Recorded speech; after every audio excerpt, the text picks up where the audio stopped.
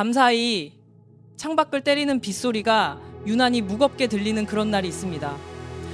우리가 평생을 일구어온 삶의 터전이, 그리고 그 터전의 가치를 증명한다고 믿었던 그 단단한 숫자들이 사실은 아주 거대한 파도 앞에 서 있는 모래성일지도 모른다는 불안감이 엄습할 때 말이죠. 안녕하세요.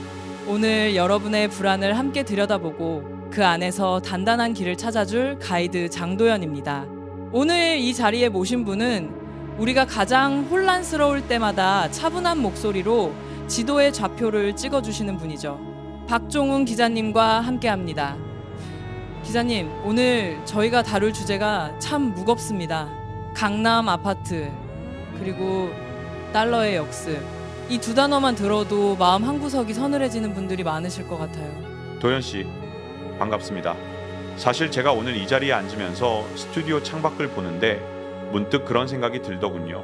저 멀리 보이는 수많은 불빛들, 특히 저 강남의 아파트 숲을 보면서 우리 어르신들은 어떤 생각을 하실까 하고요.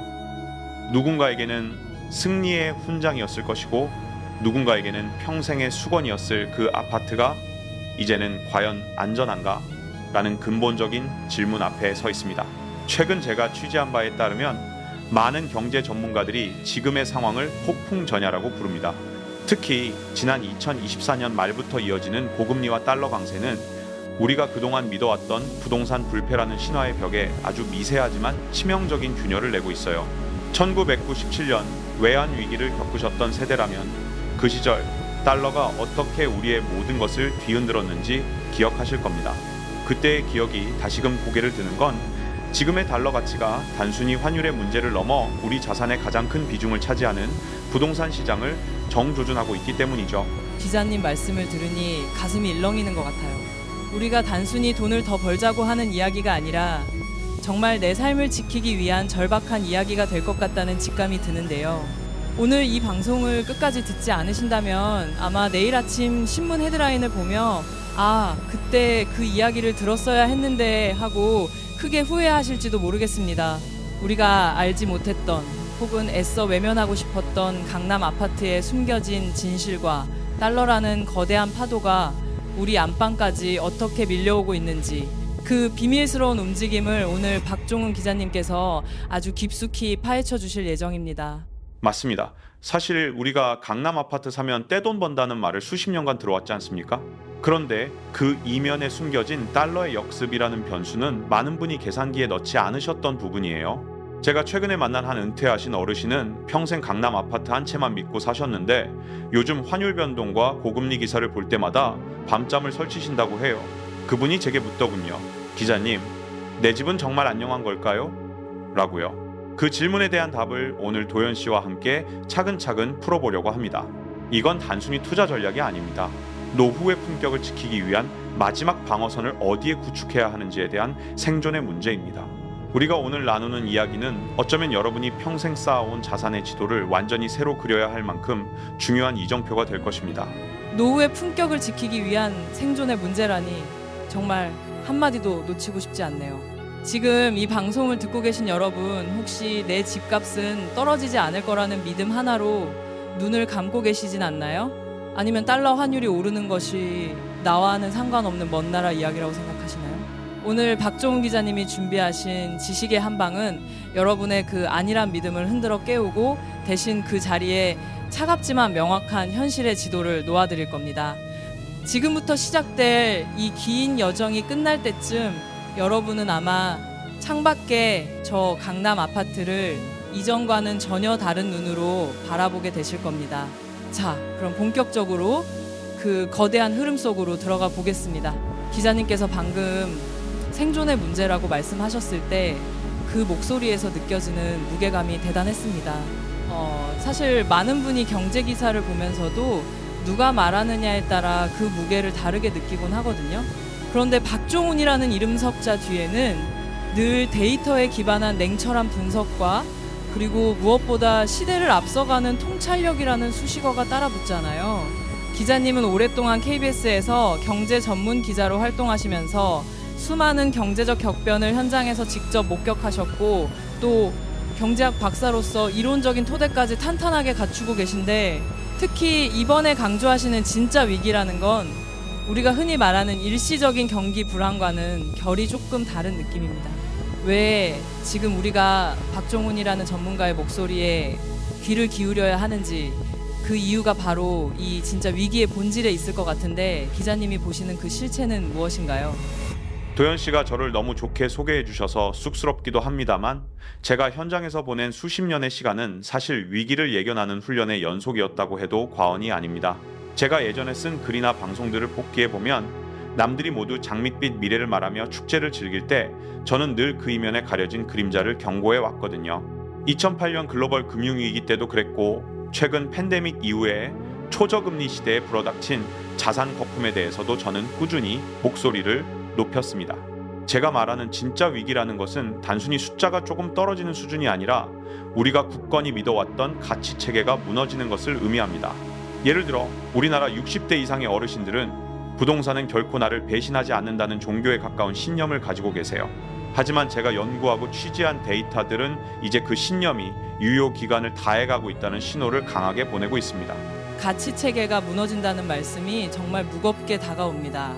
특히 부동산을 종교처럼 믿고 살아온 우리 부모님 세대에게는 그 신념이 무너지는 게 곧 삶의 기반이 흔들리는 것과 같을 텐데, 기자님께서는 그 균열을 가장 먼저 포착하신 거잖아요.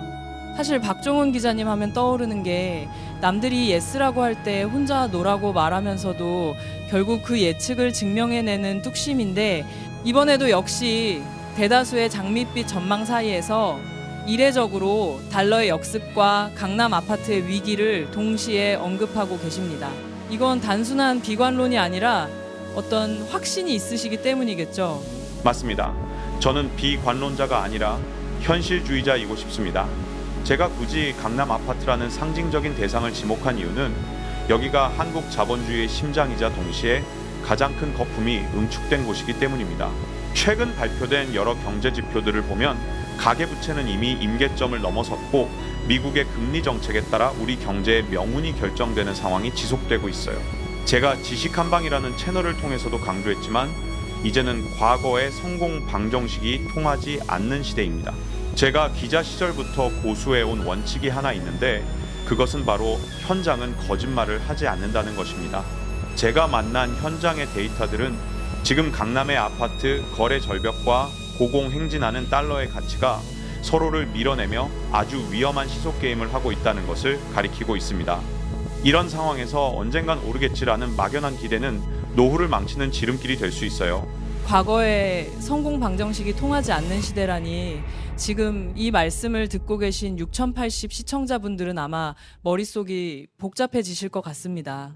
평생을 열심히 일해서 강남에 집 한 채 마련한 것이 내 인생 최고의 성취라고 믿고 오셨을 텐데, 그 성취가 위기의 진원지가 될 수 있다는 경고니까요. 하지만 기자님의 그 냉철한 분석이 있었기에 우리가 외환위기나 금융위기 같은 거친 파도를 그나마 대비하며 건너올 수 있었던 것도 사실입니다. 그래서 오늘 이 자리가 더 귀중한 것 같아요. 단순한 공포 조성이 아니라 우리가 눈 감고 있던 진실을 박종훈이라는 파수꾼의 눈을 통해 똑똑히 마주하는 시간이니까요. 그렇습니다. 파수꾼의 역할은 적이 오지 않는다고 안심시키는 게 아니라 먼 발치에서 보이는 먼지 구름을 보고 적의 침공을 알리는 것이죠. 제 목소리가 때로는 듣기에 불편하고 불안을 자극하는 것처럼 느껴질 수도 있습니다.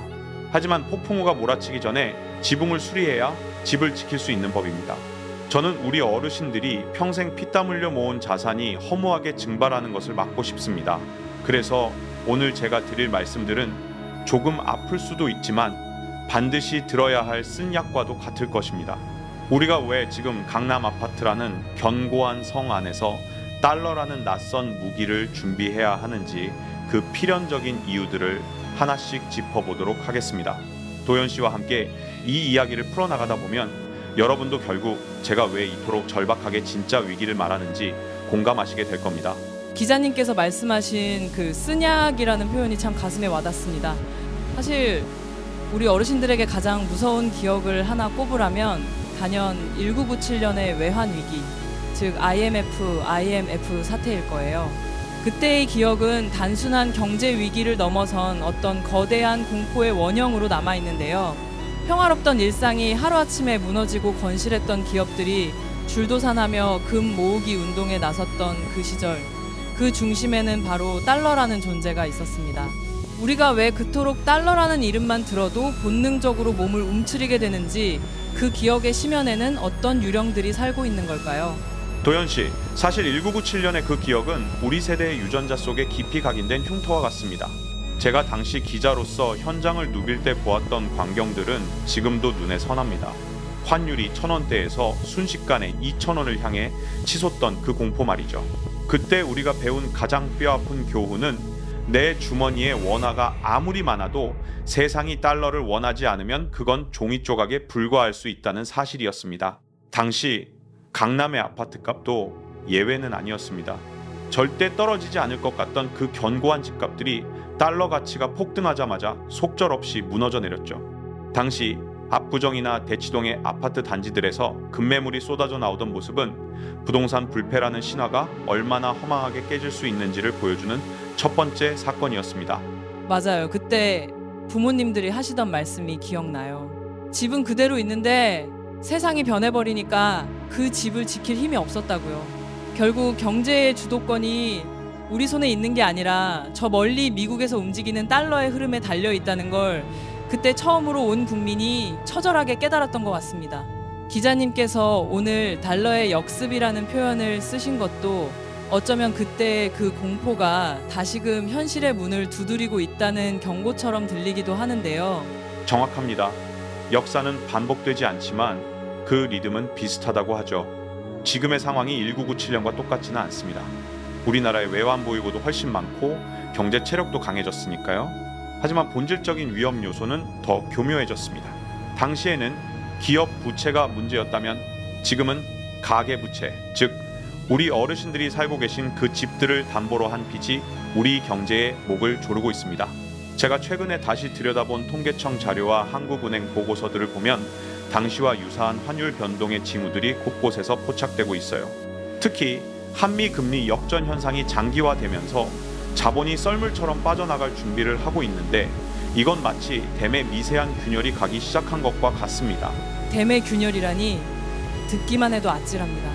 그때는 금이라도 모아서 나라를 구했지만 지금 만약 그런 상황이 닥친다면 우리는 무엇을 모아야 할까요? 기자님 말씀을 듣다 보니 그때 그 시절 달러를 미리 가졌던 소수의 사람들은 오히려 자산이 몇 배로 불어났던 기억도 떠오릅니다. 위기 속에서 누군가는 눈물을 흘렸지만 누군가는 기회를 잡았던 그 극명한 차이, 그게 결국 지식의 차이였을까요? 그렇습니다. 정보가 권력이던 시절에는 소수만이 그 흐름을 읽었지만 이제는 우리 스스로가 깨어 있어야 합니다. 1997년에 우리가 달러를 두려워했던 이유는 그것이 무엇인지 몰랐기 때문이고 어떻게 대응해야 할지 몰랐기 때문입니다. 하지만 지금은 다릅니다. 제가 오늘 강남 아파트보다 달러에 주목해야 한다고 말씀드리는 이유는 이제 달러는 단순한 화폐가 아니라 내 자산을 지키는 가장 강력한 보험이자 방패가 되어야 하기 때문입니다. 과거의 유령에게 다시 당하지 않으려면 그 유령의 정체를 똑바로 보고 우리만의 대비책을 세워야 합니다. 강남 아파트라는 성 안에만 웅크리고 있을 게 아니라 성 밖에서 불어오는 달러라는 바람을 어떻게 이용할지 고민해야 하는 시점인 것이죠. 기자님과 함께 과거의 아픈 기억을 짚어보고 나니 지금 우리가 서 있는 이 지점이 더 선명하게 보이는 것 같습니다. 사실 한국 사람들에게 강남 아파트라는 거는 단순한 부동산 그 이상의 의미잖아요. 대한민국 구의 상징이자 자식들에게 물려줄 수 있는 가장 확실한 유산, 그리고 무엇보다 절대 떨어지지 않는다는 불멸의 신화였습니다. 그런데 기자님께서는 오늘 아주 도발적인 질문을 던지셨어요. 과연 그 떼돈 벌던 시대가 정말 막을 내리고 있는 건지 아니면 우리가 아직도 그 환상 속에서 헤엄치고 있는 건지 냉정하게 짚어봐야 할 것 같습니다. 강남 아파트의 황금기가 이제는 저물어가고 있다는 신호, 기자님은 어디서 보고 계신가요? 도현 씨, 사실 강남 아파트 불패 신화는 지난 수십 년간 한국 경제의 가장 강력한 종교였습니다. 하지만 제가 최근 여러 데이터를 분석하면서 느끼는 건 그 견고한 성벽에 아주 깊은 피로 누적의 흔적이 보인다는 점입니다. 우선 우리가 직면한 가장 큰 진실은 가격이 가치를 너무 멀리 앞질러 갔다는 사실이에요. 제가 일한 KBS와 여러 경제 매체들의 보도, 그리고 국토교통부의 실거래가 시스템을 종합해보면 최근 강남권의 거래량은 과거 평균치에 비해 민망할 정도로 줄어든 상태입니다. 소수의 초고가 거래가 전체 시장의 온도를 높이는 것처럼 착시 현상을 일으키고 있지만 실제 시장의 밑바닥에서는 이 가격에 누가 살 것인가에 대한 근본적인 의구심이 터져나오고 있어요. 특히 강남 재건축 단지들의 분양가가 평당 1억 원을 넘나드는 상황에서 대출 규제와 고금리가 맞물리자 이제는 돈 있는 자산가들조차 선뜻 지갑을 열지 못하는 심리적 저항선에 부딪힌 겁니다. 심리적 저항선이라는 말이 참 무섭게 들리네요. 결국 사고 싶어도 살 사람이 없거나 가격이 너무 높아서 엄두를 못 내는 상황이라는 거잖아요. 그런데도 여전히 많은 어르신은 그래도 강남은 달라, 나중에 다시 오를 거야 라며 버티기에 들어가셨거든요. 평생 모은 전 재산이 그 아파트 한 채에 들어가 있는 분들 입장에서는 그 희망을 놓는 게 세상이 무너지는 것보다 더 힘들 테니까요. 하지만 기자님이 보시기에 그 버티기가 오히려 더 큰 위험을 불러올 수도 있다는 말씀이신 거죠. 그렇습니다. 그게 바로 제가 가장 우려하는 지점입니다. 많은 분이 부동산은 실물 자산이라 인플레이션에 강하다고 믿으시지만 지금의 상황은 인플레이션보다 유동성의 고갈이 더 무서운 상태입니다. 제가 과거 일본의 부동산 버블 붕괴 사례를 깊이 연구하면서 발견한 공통점이 있습니다. 바로 모두가 최고점이라고 의심할 때가 가장 위험한 순간이라는 것이죠. 현재 강남 아파트의 수익률, 즉 전세가 대비 매매가를 따져보면 투자 가치로서는 이미 마이너스에 가깝습니다. 오로지 더 비싸게 사줄 다음 사람이 있다는 믿음 하나로 지탱되고 있는 건데 미국의 고금리 정책이 예상보다 길어지면서 그 믿음의 고리가 끊어지기 시작했습니다. 실제로 최근 강남의 일부 단지들에서 나타나는 증여 취소나 급매물 적체 현상은 더 이상 아파트가 자산 증식의 치트키가 아님을 방증하고 있습니다. 자산 증식의 치트키가 아니라 오히려 무거운 짐이 될 수도 있다는 경고군요. 특히나 소득이 일정하지 않은 은퇴 세대에게는 매달 나가는 세금과 관리비, 그리고 만약 대출이 있다면 이자 부담까지 정말 숨이 턱 막히는 상황일 텐데요. 기자님께서는 예전부터 공급보다 무서운 게 수요의 질이라고 강조해 오셨잖아요. 지금 강남 아파트를 떠받치던 수요층의 질이 변하고 있다는 구체적인 근거가 있을까요? 아주 정확한 지적입니다. 과거에는 자수성가한 중산층들이 강남 진입을 꿈꿨지만 지금은 부의 대물림 없이는 아예 진입 자체가 불가능한 구조가 됐습니다. 이건 시장의 활력을 떨어뜨리는 결정적인 요인입니다. 제가 분석한 인구 통계학적 자료를 보면 강남의 주요 아파트 소유주들의 연령대는 점점 높아지고 있는 반면 그 집을 받아줄 젊은 세대의 구매력은 갈수록 약화되고 있습니다. 결국 노인들이 소유하고 노인들끼리 거래하는 시장이 되어가고 있는 셈이죠. 이런 폐쇄적인 시장은 외부의 작은 충격에도 쉽게 흔들립니다. 지금처럼 달러 가치가 요동치고 글로벌 경기가 위축될 때 가장 먼저 타격을 입는 건 역설적으로 가장 비싼 자산인 강남 아파트입니다. 떼돈을 벌던 시대는 끝났습니다. 이제는 어떻게 하면 이 거품의 파편을 맞지 않고 안전하게 탈출하거나 방어할 것인가를 고민해야 하는 생존의 시대가 도래한 것입니다. 강남 아파트라는 견고한 성벽 안에서 우리가 안심하고 있을 때 성문 밖에서는 이미 거대한 파도가 밀려오고 있었다는 사실이 참 서늘하게 느껴집니다. 기자님께서 오늘 가장 강조하고 싶으셨던 키워드 중 하나가 바로 달러의 역습인데요. 사실 우리 어르신들에게 환율이라는 건 해외여행 갈 때나 신경 쓰는 것이었지 내 아파트 값과 무슨 상관이 있나 싶으실 수도 있거든요. 그런데 기자님께서는 이 달러의 움직임이 단순한 화폐 가치의 변동을 넘어 우리 경제의 판도를 바꾸는 총성 없는 전쟁의 서막이라고 말씀하셨습니다. 왜 지금 이 시점에 달러가 역습이라는 무시무시한 표현으로 우리에게 다시 돌아온 것일까요? 도현 씨, 우리가 잊지 말아야 할 사실은 한국 경제는 달러라는 거대한 호수 위에 떠 있는 작은 조각배와 같다는 점입니다. 제가 최근 연준의 의사록과 글로벌 투자은행들의 리포트를 면밀히 분석하면서 느낀 공포는 미국이 더 이상 전 세계의 물가를 잡기 위해 자국의 손해를 감수하지 않는다는 공포는 사실입니다. 달러의 역습이란 미국이 금리를 올리고 달러 가치를 높여 전 세계에 퍼져있던 자본을 자국으로 다시 빨아들이는 일종의 거대한 진공청소기 현상을 말합니다. 제가 취재한 금융권 관계자들의 말에 따르면 현재 한국에서 빠져나가는 외국인 자본의 속도가 예사롭지 않습니다. 돈에는 눈이 없지만 수익률에는 귀신 같거든요. 미국의 예금 금리가 한국보다 높은 상황이 지속되다 보니 굳이 한국의 위험한 자산, 특히 거품 논란이 있는 부동산에 돈을 묶어둘 이유가 사라진 것입니다. 진공청소기라는 비유가 정말 무섭네요. 우리 안방에 있는 돈들까지 미국이 쓱 빨아들이고 있다는 뜻이잖아요. 그렇게 달러가 귀해지고 가치가 올라가면 결국 우리나라 돈의 가치는 떨어질 수밖에 없고, 그건 곧 우리가 가진 아파트나 주식의 실질적인 가치도 깎여나간다는 의미겠죠. 기자님 말씀을 듣다 보니 예전에 기자님이 한 방송에서 환율은 경제의 체온계라고 말씀하셨던 게 생각납니다. 지금 우리 경제의 체온계는 어떤 위험 신호를 보내고 있는 건가요? 지금 우리 경제의 체온계는 이미 고열 상태를 가리키고 있습니다. 제가 한국은행의 외환 보유액 추이와 경상수지 데이터를 대조해보니 과거 위기 직전의 패턴과 유사한 흐름이 관찰됩니다. 달러 환율이 1,400원대를 위협하는 상황은 단순히 수입 물가가 오르는 수준에 그치지 않습니다. 기업들은 달러로 빌린 빚을 갚느라 허덕이게 되고 은행들은 대출 문턱을 더 높이게 되죠. 결국 그 화살은 고스란히 가게로 돌아옵니다. 여러분이 가지고 계신 강남 아파트가 숫자로 30억, 40억 찍혀 있다고 해도 달러 가치로 환산해보면 이미 몇 년 전보다 훨씬 쪼그라들어 있을 겁니다. 이게 바로 제가 말하는 역습의 본질입니다. 앉은 자리에서 내 자산의 구매력이 증발하고 있는 것이죠. 제가 최근에 만난 한 자산가는 이런 말을 하더군요. 이제는 집 몇 채 가졌느냐가 아니라 달러를 몇 장 쥐고 있느냐가 진짜 부의 척도가 될 것이라고요. 앉은 자리에서 내 자산이 증발한다니 정말 소름 돋는 이야기입니다. 우리 어르신들은 평생 집 한 채 지키는 것이 최고의 재테크라고 믿어 오셨는데, 이제는 그 집이 아니라 달러라는 낯선 무기를 챙겨야 하는 시대가 된 거군요. 하지만 기자님, 일반 서민이나 은퇴하신 분들이 갑자기 달러를 사고 환율을 공부하는 게 말처럼 쉽지는 않잖아요. 어디서부터 이 역습에 대비해야 할지 막막해 하시는 분들께 기자님만의 지식 한 방을 좀 주신다면 어떤 게 있을까요?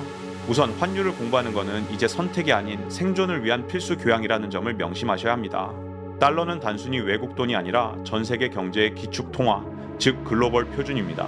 제가 권해드리는 첫 번째 단계는 내 자산의 일정 부분을 반드시 달러 자산으로 분산하는 포트폴리오의 리모델링입니다. 아파트 한 채의 모든 운명을 거는 것은 폭풍우가 몰아치는데 구명보트 하나 없이 큰 배에만 매달려 있는 것과 같습니다. 제가 분석한 데이터에 따르면 역사적으로 달러 가치가 급등할 때 한국의 자산 가치는 늘 폭락했습니다. 그때 나를 지켜준 것은 내 아파트가 아니라 내 통장에 들어있던 달러였습니다. 역습은 이미 시작되었습니다. 이제 우리는 강남 아파트라는 허상에서 벗어나 달러라는 실질적인 힘을 어떻게 내 편으로 만들 것인지 고민해야 합니다. 그 구체적인 방법들에 대해서는 이어지는 대화에서 더 자세히 풀어보겠습니다.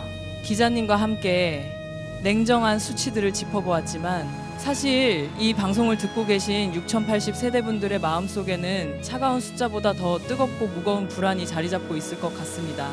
평생을 성실이라는 이름 하나로 달려오셨고 내 집 한 채 마련하는 것이 가족에 대한 도리이자 성공의 증표였는데, 이제 와서 그 모든 신념이 흔들린다는 건 단순한 경제적 손실을 넘어선 존재론적인 위기일 수도 있거든요.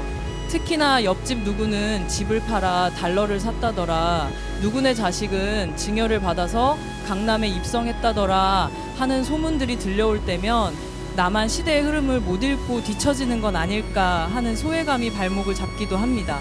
기자님은 취재 현장에서 이런 어르신들의 깊은 불안을 마주하실 때 어떤 마음이 드시나요? 도연 씨, 제가 만난 많은 어르신은 사실 경제적인 빈곤보다 심리적인 빈곤과 박탈감을 더 힘들어하십니다.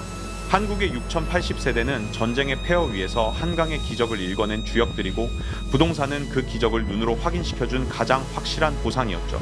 그렇기에 부동산 가격이 흔들리는 것을 내 인생의 가치가 부정당하는 것으로 받아들이시는 경우가 많아요.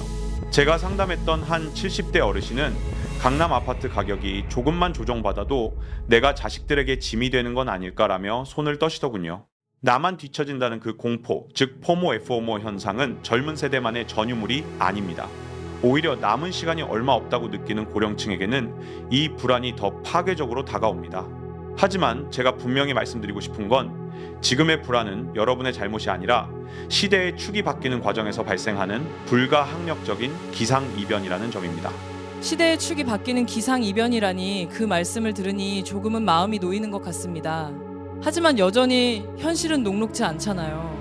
은퇴 후 수입은 한정되어 있는데 물가는 오르고 아파트 단지 안에서도 누구는 부자고 누구는 껍데기뿐이라는 식의 보이지 않는 계급론이 어르신들을 끊임없이 괴롭히곤 합니다. 특히 품격 있는 노후를 꿈꾸던 분들에게 이런 자산 가치의 하락은 자존심에 큰 상처를 입히기도 하고요. 기자님께서는 이런 심리적 위기를 겪고 계신 분들에게 숫자가 아닌 어떤 마음의 해답을 주고 계신가요? 저는 우선 숫자와 나를 분리하라는 말씀을 드립니다. 여러분은 강남 아파트 평수나 통장에 찍힌 환차익으로 결정되는 것이 아닙니다. 제가 경제학자로서 수많은 부침을 관찰해보니 위기 속에서 자산을 지킨 사람들의 공통점은 냉정함이었습니다. 불안에 매몰되어 남들 따라 달러를 사고 집을 파는 게 아니라 내 삶의 해자, 즉 내가 흔들리지 않고 살 수 있는 최소한의 방어선이 어디인지를 먼저 파악해야 합니다. 제가 통계청과 노후 설계 전문가들의 자료를 분석해보면 품격 있는 노후는 자산의 총액보다 예측 가능한 현금 흐름에서 옵니다. 아파트 가격이 오르내리는 것에 일희일비하기보다 달러든 배당이든 연금이든 내 삶을 지탱할 실질적인 에너지가 어디서 나오는지를 점검하는 것이 불안을 이기는 유일한 길입니다. 숫자가 아닌 현금 흐름, 그리고 나와 숫자를 분리하라는 말씀이 참 깊은 울림을 주네요. 사실 우리 어르신들은 자식들 키우느라 내 마음 들여다보는 법을 잊고 사셨잖아요. 그래서 더 외부의 시선이나 부동산 가격 같은 눈에 보이는 지표에 매달리셨던 걸지도 모르겠습니다. 하지만 기자님 말씀처럼 폭풍이 불어올 때 가장 위험한 건 뿌리 깊은 나무가 아니라 바람에 이리저리 흔들리는 장가지들인 것 같습니다. 지금 우리가 해야 할 일은 내 인생의 뿌리를 다시 한번 단단히 내리는 작업이 아닐까요? 맞습니다. 불안은 무지에서 오고 확신은 공부에서 옵니다. 제가 오늘 달러의 역습과 강남 아파트의 위기를 말씀드리는 것도 여러분을 겁주기 위해서가 아니라 정확한 정보를 통해 그 불안의 실체를 마주하고 대책을 세우게 해드리기 위함입니다. 남들이 뭐라고 하든 내 자산의 포트폴리오를 내 눈으로 직접 확인하고 조금씩이라도 안전자산으로 옮겨두는 실천을 할 때 비로소 그 지독한 불안에서 벗어날 수 있습니다. 나만 뒤처지는 것이 아닙니다. 우리는 지금 모두가 처음 가보는 저성장 고물가라는 터널을 지나고 있습니다. 이 터널 끝에서 웃을 수 있는 사람은 가장 많은 집을 가진 사람이 아니라 가장 유연한 사고와 단단한 심장을 가진 사람일 것입니다. 여러분이 평생 일궈온 그 인내와 끈기를 이제는 자산 방어라는 새로운 전장에서 발휘해 주시길 진심으로 응원합니다. 기자님과 함께 우리 마음속의 불안을 들여다보고 나니 이제는 그 불안의 실체를 좀 더 객관적으로 마주할 용기가 생기는 것 같습니다. 사실 부동산 위기나 거품 붕괴 이야기를 할 때 우리가 결코 빼놓을 수 없는 나라가 바로 이웃나라 일본이잖아요. 도쿄의 집값이 하늘 높은 줄 모르고 치솟다가 어느 순간 거짓말처럼 폭락하며 시작된 그 잃어버린 30년이라는 긴 터널 말이죠. 우리 어르신들은 그 뉴스를 보시면서 에이, 설마 우리나라도 저렇게 되겠어? 한국은 일본이랑 달라라고 애써 부정하시기도 하지만 또 한편으로는 혹시 우리 강남 아파트가 일본의 도쿄 긴자처럼 되는 건 아닐까 하는 공포가 서늘하게 스쳐 지나가기도 합니다. 기자님, 정말 냉정하게 팩트 체크를 해본다면 한국의 미래가 일본의 과거와 닮아 있다는 그 가설은 얼마나 신빙성이 있는 건가요? 도현 씨, 사실 그 질문은 제가 가장 많이 받는 질문 중 하나이자 가장 대답하기 조심스러운 부분이기도 합니다. 하지만 제가 지난 수년간 일본 현지를 오가며 취재하고 일본 은행과 내각부의 방대한 자료들을 분석한 결과는 상당히 충격적이었습니다. 결론부터 말씀드리면 한국은 일본이 겪었던 붕괴의 전조 증상들을 거의 완벽하게 재현하고 있습니다. 오히려 어떤 면에서는 일본보다 더 위험한 구석도 보여요. 일본의 버블이 터지기 직전인 1999 공면 무렵을 보면 도쿄의 아파트 한 채 가격이 셀러리맨이 평생 벌어도 못 살 수준까지 치솟았고 사람들은 도쿄는 절대 안 떨어진다는 이른바 도쿄 불패 신화를 맹신했습니다. 지금 우리가 강남을 바라보는 시선과 소름 돋을 정도로 일치하죠. 제가 통계청과 인구학 전문가들의 데이터를 대조해보니 한국의 생산 가능 인구 감소 속도는 당시 일본보다 훨씬 가파릅니다. 집을 사줄 사람이 사라지고 있다는 건 부동산 시장에 있어서는 가장 근본적인 중력의 변화와 같습니다. 생산 가능 인구의 감소가 중력의 변화와 같다니 정말 섬뜩한 비유입니다. 일본은 그 중력을 이기지 못하고 결국 주저앉았던 거군요. 그런데 기자님, 일본과 우리가 결정적으로 다른 점이 있다면 일본은 당시 세계 최대의 채권국이었고 내수 시장도 탄탄했잖아요. 반면에 우리는 대외 의존도가 높고 가계부채도 심각한 상황인데 이런 차이점이 위기를 더 증폭시킬 수도 있다는 말씀인가요? 아주 정확하고 날카로운 지적입니다. 일본이 잃어버린 30년을 버틸 수 있었던 건 그들이 쌓아둔 엄청난 양의 해외 자산과 탄탄한 제조 기반 덕분이었습니다. 쉽게 말해 버틸 기초 체력이 있었던 거죠. 하지만 한국은 다릅니다. 제가 최근 한국은행의 금융안정보고서를 분석하며 가장 경악했던 수치는 바로 가계부채 비율입니다. 일본은 버블 붕괴 당시 기업 부채가 문제였지만 우리나라는 지금 어르신들이 살고 계신 그 집들을 담보로 한 빚이 나라 전체를 위협하고 있어요. 만약 여기서 일본처럼 집값이 하락하기 시작하면 일본은 기업이 망하며 끝났지만 한국은 가정이 무너지는 비극으로 이어질 수 있습니다. 특히 우리나라는 자산의 80% 이상이 부동산에 쏠려 있는 기형적인 구조라 집값이 조금만 흔들려도 소비가 얼어붙고 경제 전체가 마비되는 속도가 일본보다 훨씬 빠를 수밖에 없습니다. 일본은 기업의 위기였지만 한국은 가정의 위기가 될 수 있다는 말씀이 정말 뼈아프게 들립니다. 우리 어르신들이 평생 일궈온 가정이 부동산이라는 파도에 휩쓸릴 수도 있다는 뜻이니까요. 하지만 여전히 일본처럼 되지는 않을 거다. 우리나라는 역동적이다 라고 믿고 싶어 하는 분들이 많으신데 그런 분들께 기자님이 발견하신 일본의 교훈 중 딱 한 가지만 들려주신다면 무엇이 있을까요? 제가 일본에서 만난 수많은 노인분이 공통으로 하시는 후회가 있습니다. 바로 내 집이 내 노후를 책임져 줄 줄 알았다는 착각입니다.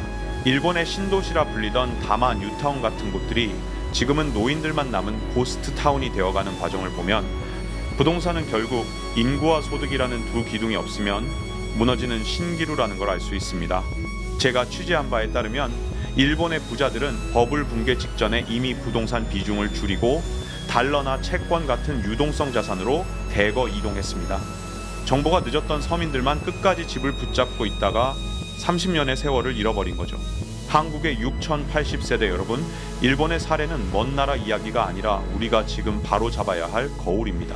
강남 아파트라는 신화가 일본의 도쿄처럼 변하지 않으리라는 보장은 어디에도 없습니다.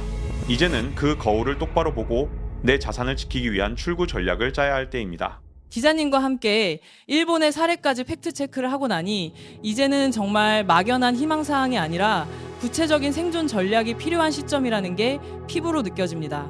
특히 우리 6080세대 분들은 이제 공격적으로 자산을 불리기보다는 내가 가진 것을 어떻게 하면 잘 지키면서 품격 있게 써내려갈 것인가 하는 방어의 미학이 중요할 것 같은데요.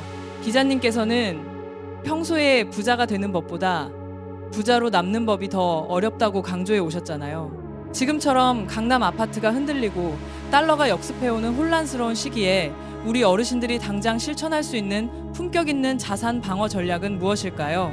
도현 씨, 제가 은퇴 자산가들을 수천 명 만나며 내린 결론은 노후의 품격은 집 평수에서 나오는 게 아니라 매달 내 주머니에 들어오는 현금의 흐름에서 나온다는 것입니다. 많은 분이 강남 아파트라는 거대한 덩어리 자산을 쥐고 계시지만 사실 그건 현금화하기 전까지는 숫자에 불과한 잠자는 돈이거든요. 제가 최근 금융감독원과 여러 자산관리 전문가들의 포트폴리오 모델을 분석해보니 지금처럼 변동성이 큰 시대에 가장 위험한 전략은 몰빵입니다. 특히 자산의 90%가 부동산에 묶여있는 분들이라면 지금 당장 포트폴리오의 리모델링이 필요합니다.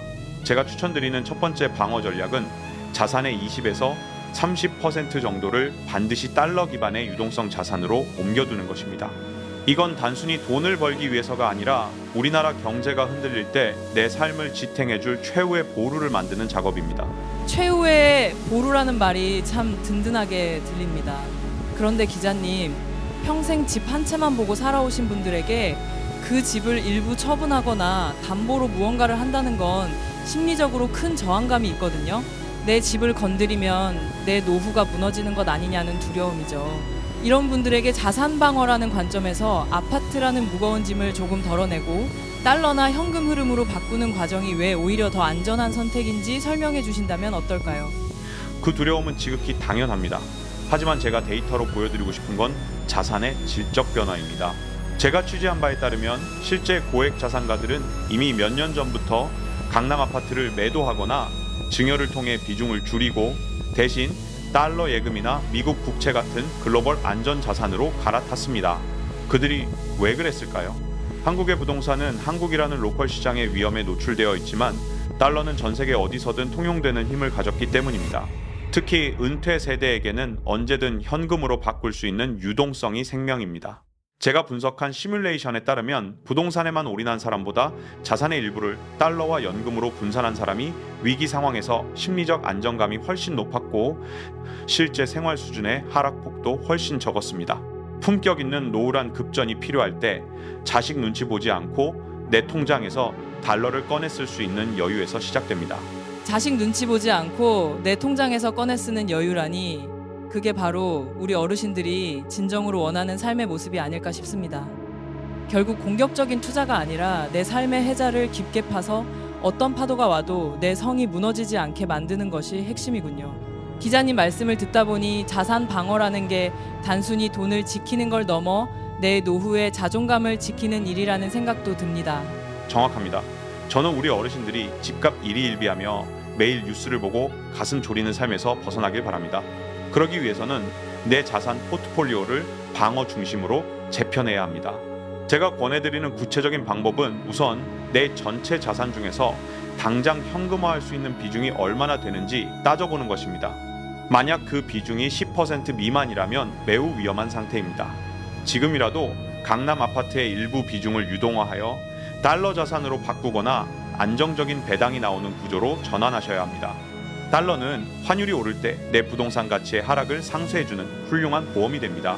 집 한 채에 모든 운명을 맡기지 마십시오. 분산된 자산이 여러분의 노후를 더 자유롭고 품격 있게 만들어 줄 것입니다. 기자님과 함께 자산 방어의 중요성을 짚어보고 나니 문득 이런 궁금증이 생깁니다. 사실 우리 같은 평범한 사람들은 세상이 어떻게 돌아가는지 뒤늦게 뉴스 보고 알게 되지만 소위 말하는 저 위쪽의 진짜 부자들, 강남의 큰손들은 이미 우리보다 훨씬 앞서서 움직이고 있지 않을까 하는 생각 말이죠.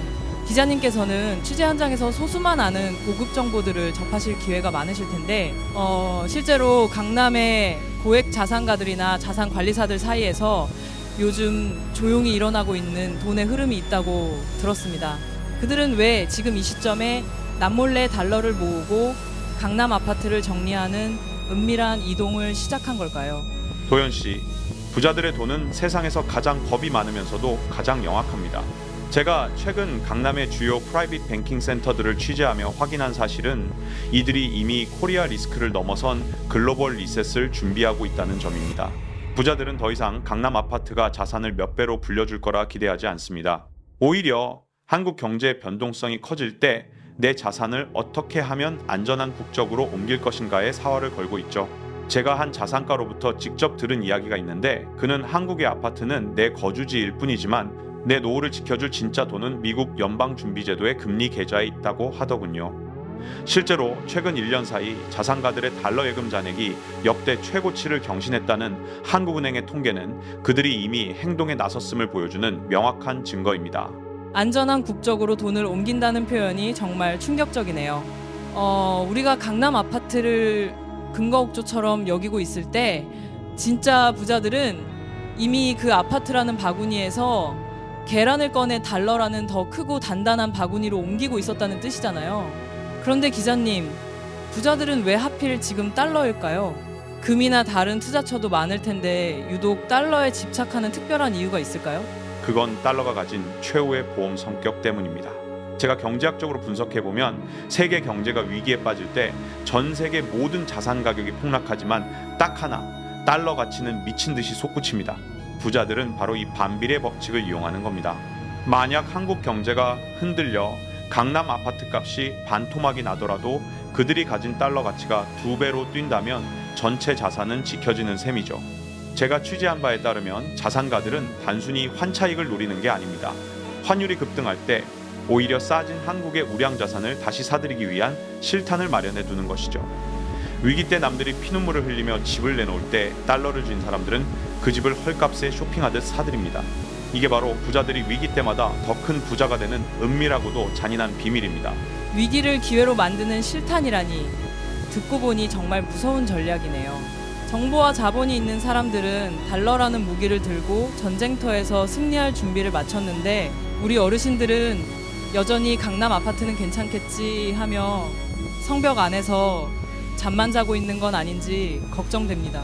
기자님, 이런 부자들의 움직임을 보면서 우리 평범한 6080세대가 지금 당장 배워야 할 가장 중요한 점은 무엇일까요? 부자들의 이동은 우리에게 유연함과 냉정함을 가르쳐 줍니다. 그들은 아파트와 사랑에 빠지지 않습니다. 가치가 없다고 판단되면 과감히 던지고 이동하죠. 제가 오늘 이 비밀스러운 이야기를 드리는 이유는 우리 어르신들도 이제는 내 자산에 대해 조금 더 이기적이고 냉정해지셨으면 하는 바람 때문입니다. 부자들이 달러를 사는 이유는 그들이 우리보다 똑똑해서라기보다 리스크를 분산하는 시스템을 갖췄기 때문입니다. 여러분도 거창한 투자자가 될 필요는 없습니다. 다만 내 자산의 일부만이라도 미국 달러라는 안전판에 올려두는 부자들의 그 방어 본능만큼은 반드시 배우셔야 합니다. 지금 부자들은 소리 없이 강남을 떠나 세계로 나가고 있습니다. 여러분도 그들의 뒤를 따라가지는 못하더라도 적어도 그들이 왜 떠나는지는 알고 대비하셔야 합니다. 그것이 노후의 소중한 자산을 지키는 유일한 길입니다. 기자님과 함께 부자들의 은밀한 이동까지 엿보고 나니 이제는 정말 현실적인 고민이 눈앞에 닥칩니다. 사실 우리 어르신들이 강남 아파트를 끝까지 붙잡고 있는 가장 큰 이유 중 하나는 바로 자식들 때문이잖아요. 내가 좀 덜 쓰고 덜 누리더라도 이 집 한 채 잘 간직했다가 자식에게 물려주면 험난한 세상에서 내 아이의 든든한 뒷배가 되어줄 수 있을 거라는 그 절절한 부모 마음 말이죠. 그런데 요즘은 세상이 변해서 이 증여와 상속의 문제가 가족 간의 화합이 아니라 오히려 깊은 갈등의 씨앗이 되는 경우를 참 많이 봅니다. 내가 평생 일군 이 소중한 자산을 자식에게 물려주는 게 정답일지 아니면 이제는 나를 위해 써야 할 때인지 기자님은 이 뜨거운 감자를 어떻게 보고 계신가요? 도연 씨, 제가 상담 현장에서 가장 가슴 아프게 마주하는 장면이 바로 이 지점입니다. 평생 자식을 위해 헌신하신 어르신들이 노년에 이르러 자산 배분 문제로 자녀와 남보다 못한 사이가 되어 눈물 흘리는 모습을 정말 많이 봅니다. 제가 최근 상속세 및 증여세법 개정 논의와 관련 법원 판례들을 분석해 보니 무조건적인 아파트 물려주기가 오히려 자식에게 독이 되는 사례가 급증하고 있습니다. 강남 아파트는 덩어리가 너무 커서 물려줄 때 발생하는 세금만 해도 웬만한 월급쟁이 자식들은 감당할 수 없는 수준이거든요.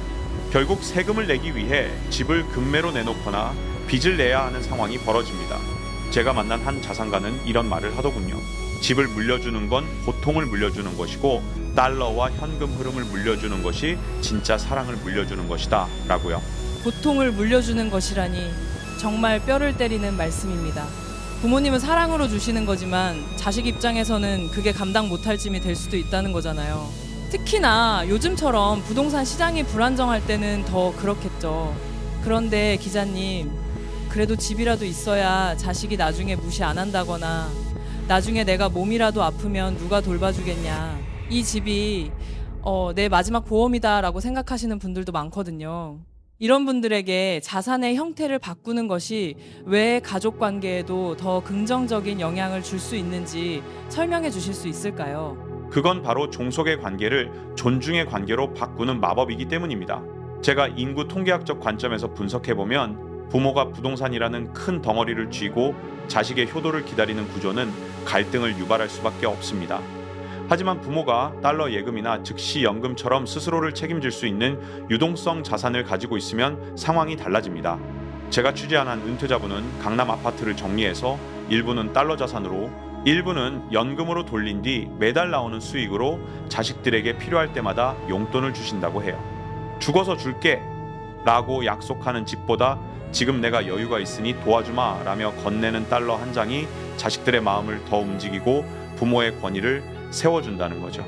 품격 있는 노후는 자식에게 손 벌리지 않는 당당함에서 오고 그 당당함은 바로 내 손에 쥔 현금에서 나옵니다. 죽어서 줄게보다 지금 도와주마라는 말씀이 정말 와닿습니다. 결국 내가 경제적으로 자립하고 여유가 있어야 자식과의 관계도 건강하게 유지될 수 있다는 뜻이군요. 기자님 말씀을 듣다 보니 자산을 달러나 유동 자산으로 분산하는 것이 단순히 경제적 이득을 넘어서 우리 가족의 미래와 내 노후의 자존감을 지키는 아주 현명한 선택이라는 확신이 듭니다. 맞습니다. 저는 우리 어르신들이 희생의 아이콘에서 지혜의 가이드로 거듭나셨으면 좋겠습니다. 자식에게 짐이 되지 않는 가장 확실한 방법은 여러분이 가진 그 소중한 강남 아파트를 시대의 흐름에 맞게 리모델링하는 것입니다. 덩어리 자산을 쪼개서 여러분의 노후 생활비를 확보하고 남은 부분은 세금 부담이 적은 달러나 금융 자산 형태로 미리 준비해두는 스마트한 증여를 고민해보세요. 제가 보기에 가장 행복한 노년은 자식에게 큰 집을 물려준 부모가 아니라 마지막 순간까지 자식들에게 걱정 마라, 내 앞가림은 내가 다 해두었다 라고 말할 수 있는 부모입니다. 그것이 바로 여러분이 평생 일궈온 가정을 지키는 가장 품격 있는 마침표가 될 것입니다.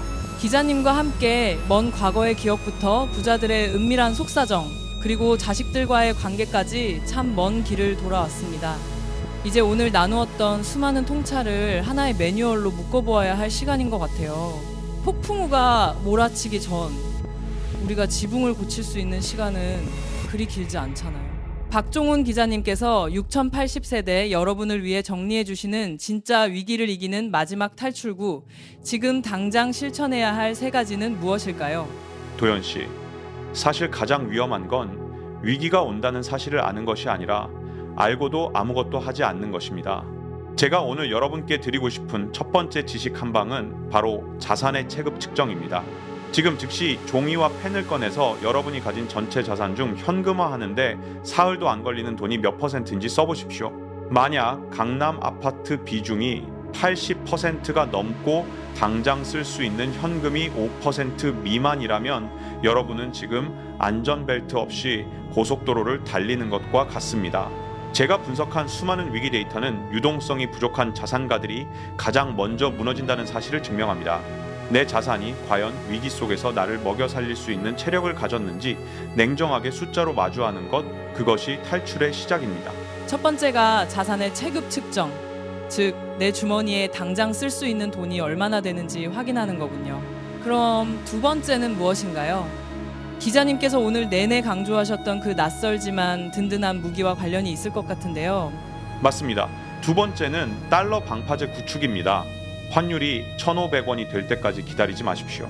제가 취재한 외환 전문가들은 환율이 조금이라도 조정받을 때마다 분할해서 달러를 사 모으는 것이 가장 현명한 보험이라고 입을 모읍니다.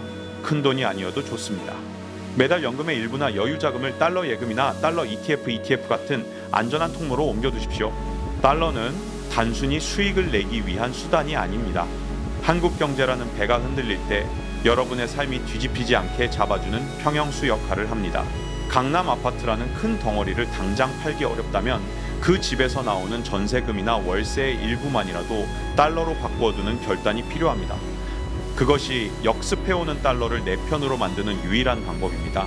달러 방파제, 내 삶이 뒤집히지 않게 잡아주는 평형수라는 표현이 정말 가슴에 와닿습니다. 그럼 마지막 3번째, 우리가 잊지 말아야 할 종착역은 어디일까요? 마지막 3번째는 부동산 신화와의 작별입니다. 심리적 독립이라고 해도 좋겠네요. 이제는 강남 집값은 무조건 오른다는 종교적 믿음을 버리고 부동산을 냉정한 거주 자산이자 감가상각 자산으로 보셔야 합니다. 제가 분석한 인구 통계학적 보고서들을 보면 앞으로의 10년은 과거의 30년과 전혀 다른 물리법칙이 지배하는 시장이 될 것입니다. 집값이 떨어질까봐 밤잠 설치며 뉴스를 검색하는 삶에서 벗어나 그 집을 어떻게 활용해 내 노후의 질을 높일 것인가를 고민하십시오. 주택연금을 활용해 집을 현금 흐름으로 바꾸든 조금 더 저렴하고 쾌적한 곳으로 옮기고 남은 차익으로 달러 자산을 사든 이제는 집의 노예가 아니라 주인이 되어야 합니다. 이 3가지, 즉 유동성 확인, 달러 확보, 그리고 심리적 독립만 실천하신다면 여러분의 노후는 그 어떤 경제적 폭풍우 속에서도 품격을 잃지 않을 것입니다. 자산의 체급을 재고 달러라는 방파제를 세우고 부동산 신화와 이별하여 내 인생의 주인이 되는 것, 이 3가지가 기자님이 우리에게 건네는 마지막 열쇠군요.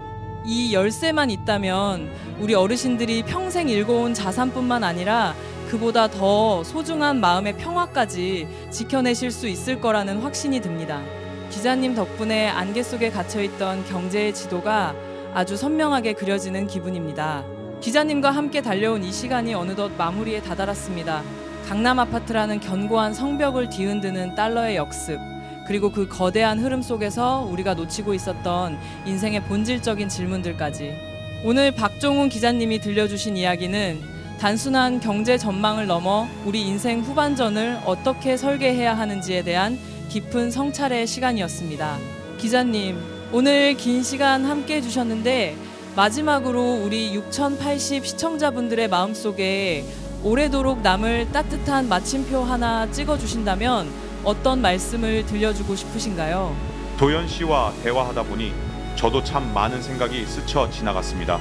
제가 마지막으로 드리고 싶은 말씀은 여러분이 평생 모아온 그 자산의 주인은 결국 여러분 자신이라는 점입니다. 제가 취재 현장에서 만난 가장 불행한 부자는 수천억의 자산을 가졌으면서도 매일 밤 집값이 떨어질까봐 환율이 요동칠까봐 전전긍긍하며 단 한순간도 평온을 누리지 못하는 사람이었습니다. 반면 가장 행복한 사람은 자산의 규모와 상관없이 내일 어떤 풍파가 닥쳐도 내 삶을 지탱할 수 있는 준비가 되어 있다는 확신을 가진 사람이었죠. 돈은 우리 인생이라는 여행을 편안하게 만들어주는 수단일 뿐 그 자체가 목적이 되어서는 안 됩니다. 여러분이 평생 피땀 흘려 강남 아파트를 일구고 자식들을 키워낸 그 고귀한 시간의 가치를 고작 몇 숫자의 변동 때문에 훼손하지 마십시오.